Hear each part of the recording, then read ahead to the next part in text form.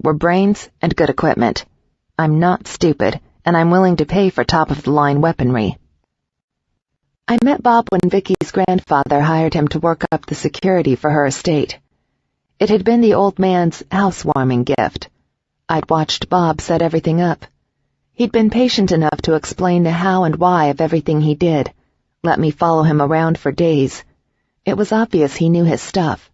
With an almost unlimited budget to play with, he'd done one hell of a job. I'd been impressed at the time. I still was. His plain features lit up with a delighted smile. He brushed a hand over shaggy hair the color of warm honey. "Celia Graves, as I live and breathe. Don't tell me you're here to guard the prince." I nodded my affirmative, and Bob's grin widened. "Is this yours?" He held out his hand to me. The little scanner looked almost impossibly tiny, balanced in his huge palm. "Yep, just bought it this afternoon. Works like a champ." "I heard. But why didn't you put it on stealth mode? What good is the deluxe model if you don't use all the bells?" "There's a stealth mode? Yow." I couldn't help but grin, nearly identical to the one Bob had on his face. He snorted and rolled his eyes, but proceeded to flip the little car over and show me a switch I hadn't noticed before. "So what was with the alarm?" I told him about the break in the perimeter. His expression sobered instantly. He handed me my car without any fuss and said, "Show me." I showed him. He didn't have a lot of magical talent, almost none really, but that didn't keep him from squatting down and using what little he did have to test the area around my little fix-it job.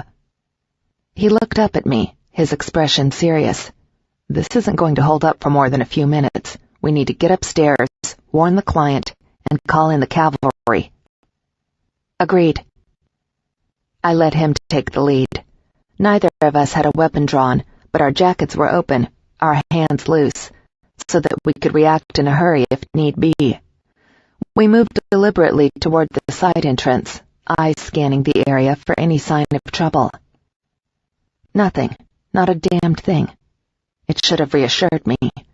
Instead, I felt the tension in my shoulders tighten another notch.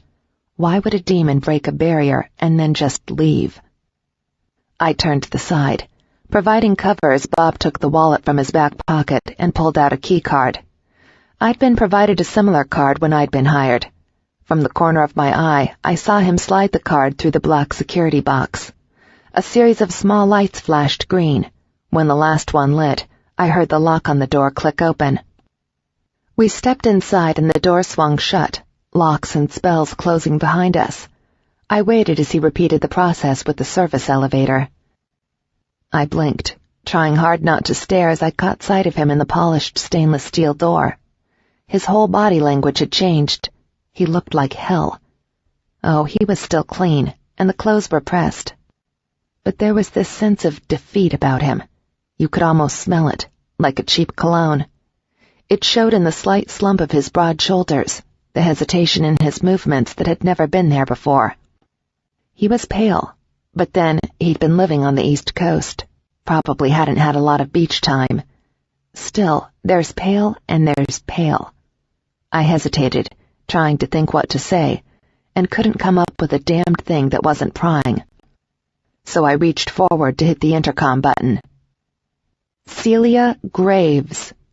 I pronounced each syllable of my name clearly as I held down the button to the intercom speaker. "Bob Johnson." The two of us turned to face the security camera, giving them a good look. I didn't bother to glance up at the monitor mounted near the ceiling in the corner. "So," he said, while we waited for someone to answer, "you're looking good. Really good. The business must be agreeing with you." It was my turn to snort. Hardly, but thanks. I unconsciously smoothed fingers against my ash-blonde hair. The hair is shoulder length at the moment, longer than I like to keep it. I've had enough business that I haven't had a chance to get it cut. If I hadn't been wearing it pulled back, it'd be driving me crazy. "No, really, you're closing in on beautiful tonight." That made me stare at him with an open mouth. I am not beautiful. Oh, sure, I have pretty good bone structure, but my features are too harsh to be considered traditionally pretty.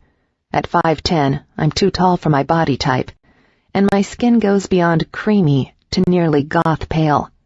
My last boyfriend described my eyes as the gray of storm clouds with chips of ice. A fair enough description, and certainly more poetic than I would have expected. I'd better not look beautiful. Seriously, Bob, that's not good for business. Be honest. Is this outfit too much? I looked down at my clothes and then looked up at his face. He finally understood what I was talking about, and my question made him look at me critically. I was wearing mostly black, from the comfortable flats on my feet to my jeans and blazer. The only contrast was the deep burgundy of my blouse. Well, that and the garnet earrings I was wearing that matched it. I'd put on makeup, but it was minimal. I was, after all, here on business. I'd noticed that if I looked too good, male clients get the wrong impression, start treating it as a date, and the other bodyguards don't take me seriously. Better to keep things simple and avoid misunderstandings. He'd just opened his mouth to reply when a voice came through the speaker above. "You're early." The tone made it sound like we'd done a bad thing, but I heard the whir of machinery as the private elevator descended toward us from the penthouse. "We came early to check the perimeter for threats. There was a problem." Bob did his best bored, professional voice. "We'll need to report it to the authorities." I could have sworn I heard swearing in the instant before the intercom was cut off. It surprised me a little. One of the first things I'd learned as a bodyguard was that you don't let the protectee know you're upset. Concerned is okay, but you stay calm. Emotions just get in the way, so you bury them deep. Don't get me wrong, you still feel them, but they're under control and they don't show. Which meant somebody upstairs wasn't a professional. Terrific. I just love working with amateurs. And if you believe that, there's this bridge. I cast a meaningful look at Bob, and he rolled his eyes. We stood in silence for a few seconds. In the end, he was the one who spoke first. "The outfit is fine. Not overdone. Sorry. I understand how compliments can be a double-edged sword." He paused. "So, how's Vicky?" I shrugged off the compliment. He'd meant well, but, well, it does always worry me. "Still in the hospital. She seems to like it there." She did. I'd have felt trapped, but she liked the safety of it. "How's Vanessa?" He flinched, and I saw a flash of pain in his eyes before he was able to hide it. "We're divorced." He closed his eyes for a second. When he opened them again, his face was a pleasant mask. "Back on the market again." He smiled, but I knew him well enough to know he didn't mean it. "She got everything except the clothes on my back and my weapons. That's the main reason I took this job. I didn't really like the look of the guy they sent to talk to me, but I needed the money." "Speaking of weapons, what have you got on you?" He held open his jacket to show me his main gun, a Glock safe-action 9mm in a custom leather holster. Loops in the lining of his jacket held a pair of throwing knives. I knew they had high silver content, and could tell from the engraving that he'd sprung for the throwing accuracy spells. But that was it, which was so not like him that I was actually taken aback. I tried to hide my surprise, but it must have shown, because he answered me, his voice gruff with embarrassment. "I had to pawn some of my stuff to pay for the ticket out." Well, shit.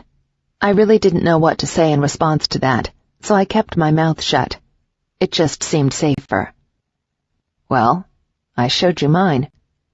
He made a gesture that was more a demand than an invitation, which was fair, I suppose, but I was almost embarrassed to show him. Steeling myself, I held open the jacket and watched his eyes widen as he took inventory of my armament. "Damn, girl, and it doesn't even show." "Special tailoring and spells on the jacket," I admitted, and I had the sleeves made wide enough that I could draw my knives. I did just that, pulling one with a smooth, easy draw. I held it out to him hilt first. Anybody else, I wouldn't have shown the knives. They were a gift from Vicky and are valuable as hell. The spell work on them is such that they rank as major magical artifacts. People have killed to get their hands on that sort of thing. For me, though, they were a major part of my kit, because a single scratch from the blade will kill pretty much any of the monsters. I never wanted to get close enough to have to use them, but I damned well wanted to have them, just in case. Bob let out a long, low whistle as he ran his hands over the polished wood handle. I was guessing he was testing the spell work as well, but couldn't be sure. Damn, girl, you get the best toys. Gift from Vicky, I admitted. He shook his head and passed the knife back with what was almost reverence. Keep those out of sight if you can. Don't want to invite trouble. I just nodded my assent and thought about the possibility of trouble. Something about this job was bugging me, other than the obvious demon thing. It wasn't obvious, just a pebble in your shoe kind of thing. Bob had said he didn't like the guy who'd interviewed him. I couldn't say I disagreed. The guy I'd talked to had been vague about details of the job to the point of being coy. I don't like coy. He'd answered my questions in ways that really didn't tell me much of anything. I'd come damned close to rejecting the job. And then there was the fact that I suspected I might have been chosen just because I was a woman, to force Reza into towing his father's progressive line. Don't get me wrong, there are cases when a woman is specifically needed. You get a female client. She needs someone who can check out the ladies' room without problems, go into dressing rooms. But that wasn't what this was supposed to be. I feel better knowing you're here, Bob admitted quietly. Back at you, big guy. The elevator bell rang.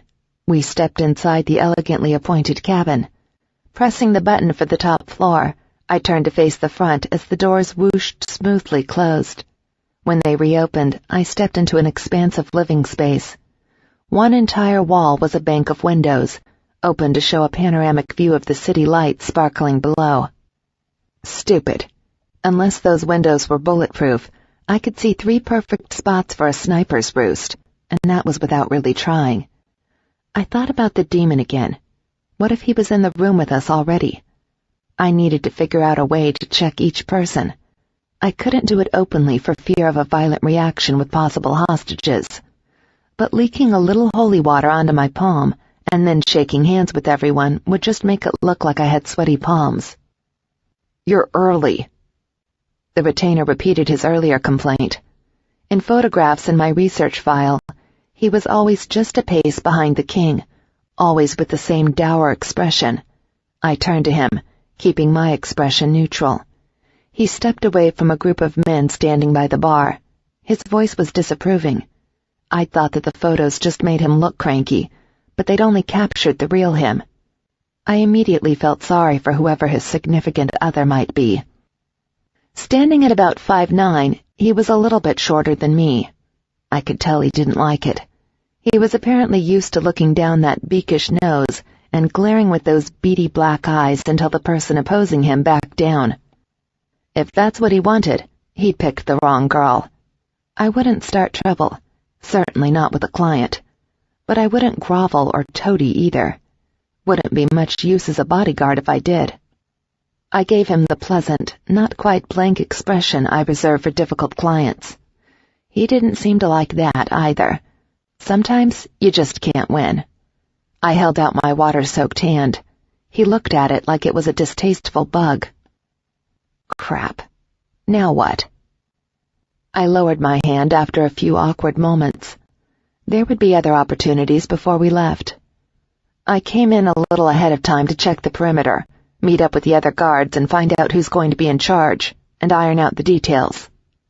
I sounded polite, professional, without even a hint of irritation or sarcasm. My Gran would be so proud. I will be in charge.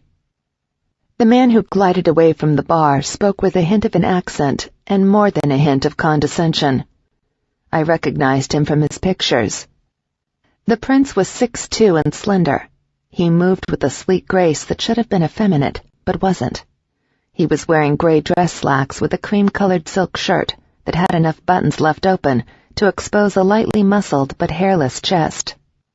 His light brown curls were artfully mussed. His dark eyes narrowed with appraisal as he looked me over from head to foot.